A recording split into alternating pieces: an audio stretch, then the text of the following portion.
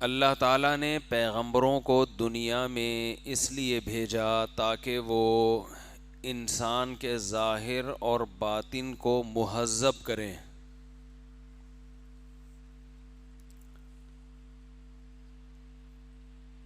جب درخت پھلدار ہوتا ہے تو کچھ وقت کے بعد اس کی شاخوں کو جگہ جگہ سے کاٹ کے تراش کے بنایا جاتا ہے.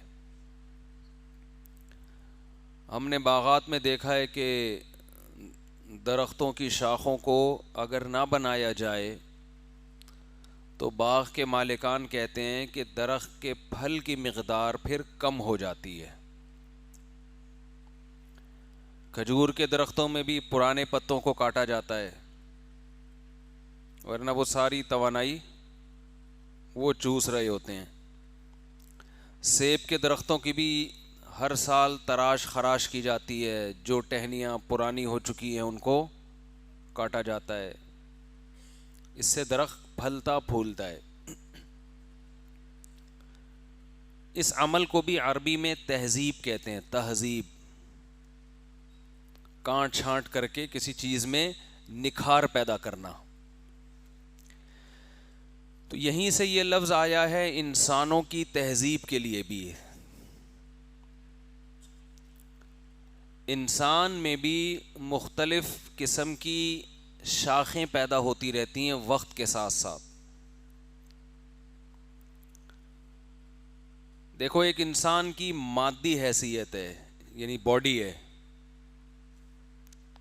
اس حیثیت سے انسان میں اور جانور میں کوئی فرق نہیں ہے.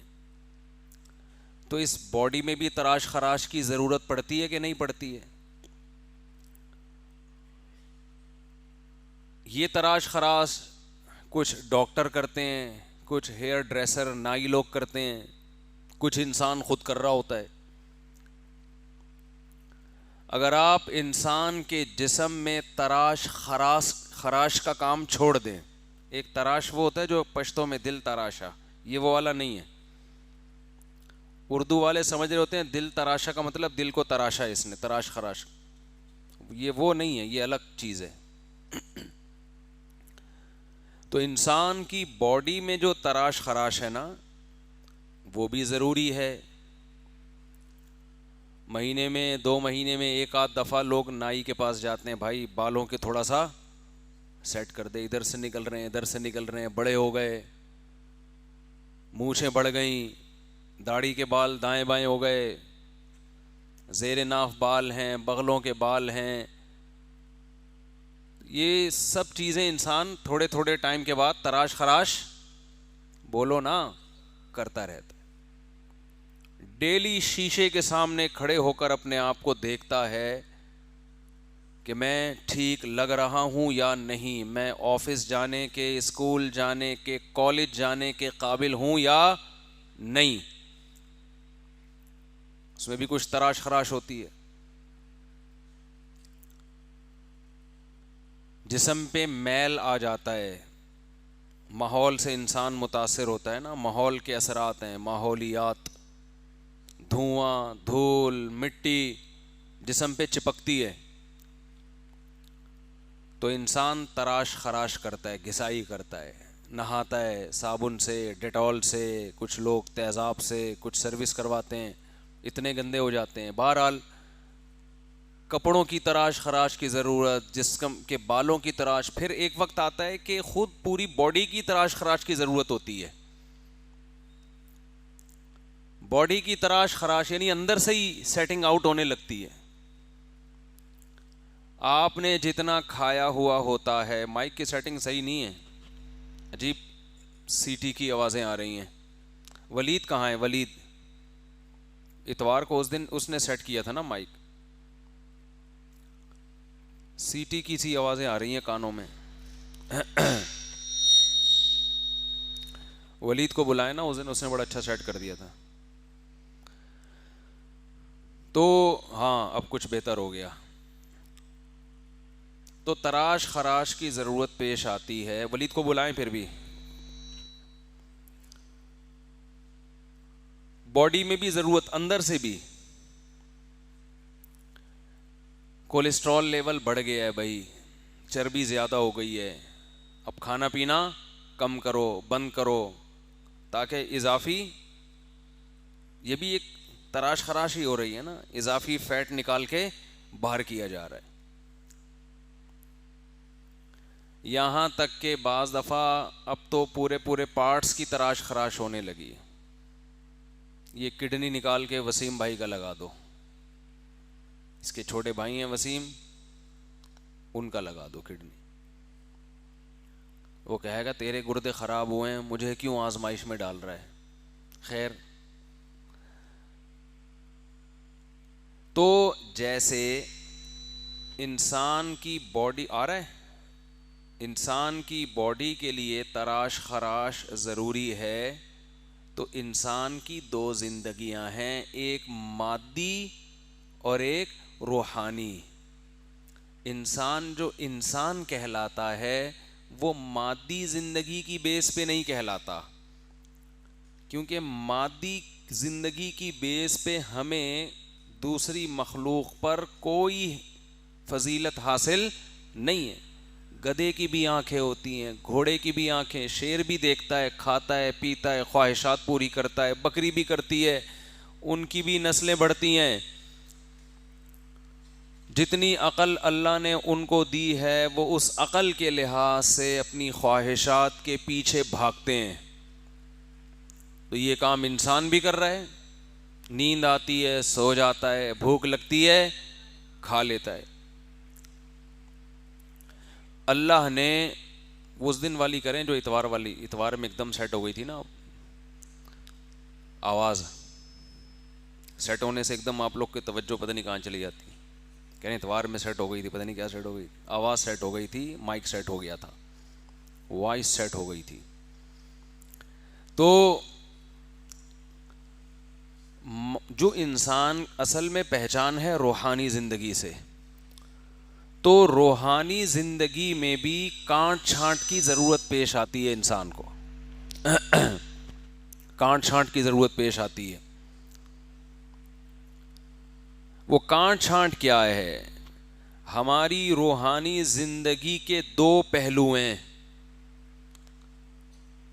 دیکھو بالکل ایسے جیسے جسمانی زندگی کے دو پہلو ہوتے ہیں نا، ایک باڈی کے اندر کا حصہ، ایک باڈی کے باہر کے حصے. آنکھ صحیح طرح دیکھ نہیں پا رہی، کان سن نہیں پا رہے، بازوؤں میں دم نہیں ہے چیزیں اٹھانے کا، تو ڈاکٹر کہتا ہے بھائی جگر خراب ہے جس کی وجہ سے یہ سارے مسائل پیش آ رہے ہیں.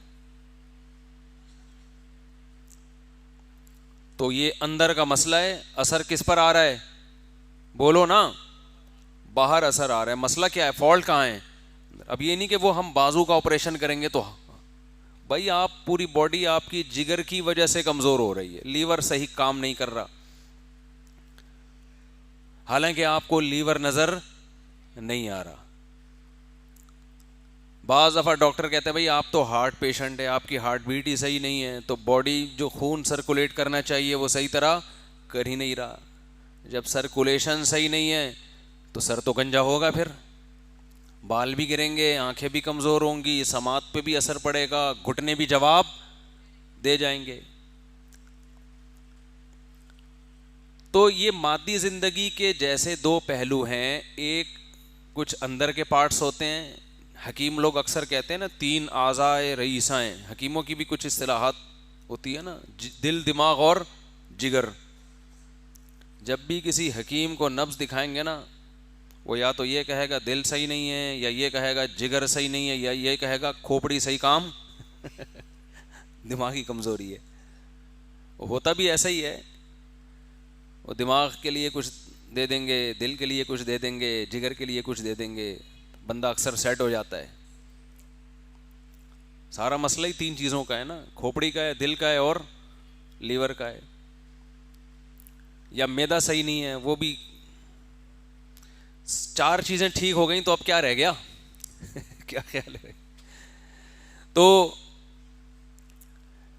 جیسے انسان کو اندر کی بھی تراش خراش کی ضرورت پڑتی ہے، تہذیب کی. تہذیب کا مطلب میں نے بتایا نا، شاخوں کو کاٹنا اور درخت کو ایسا مزین بنانا کہ وہ زیادہ سے زیادہ پھل دے سکے.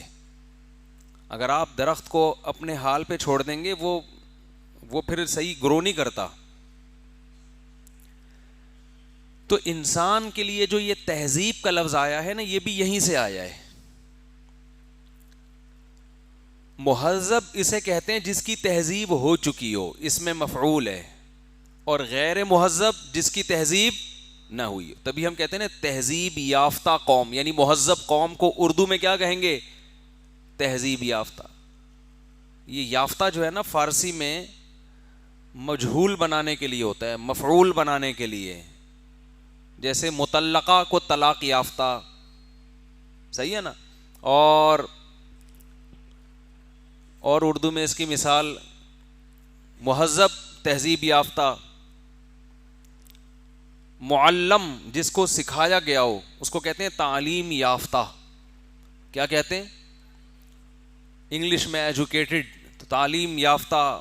معلم ایک ہوتا ہے معلم سکھانے والا، معلم جس کو سکھایا گیا ہو.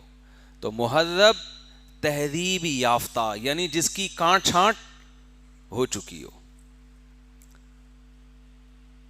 تو انسان کو بھی جیسے جسمانی زندگی میں کانٹ چھانٹ کی ضرورت ہے، ایسے ہی انسان کی جو اصل پہچان ہے وہ روحانی زندگی سے ہے، اور اس میں بھی انسان کو کانٹ چھانٹ کی